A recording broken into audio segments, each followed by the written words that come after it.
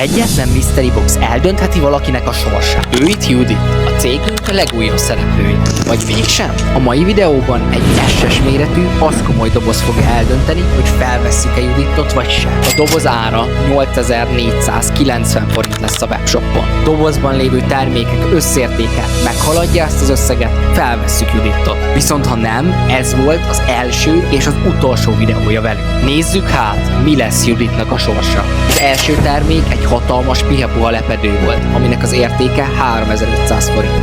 Jó kezdés, de vajon milyen lesz a folytatás?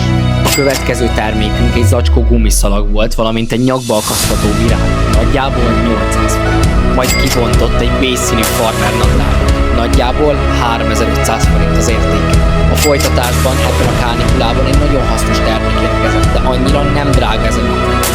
Nagyjából 2000 forint. Majd érkezett egy vezeték nélküli kávékészlet. Értéke 2500 forint.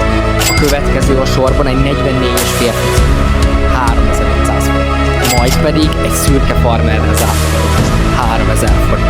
A doboz összértéke nagyjából 18800 forint volt. Gratulálok! Szerintetek megérte amúgy? Mert szerintem nagyon is megérte.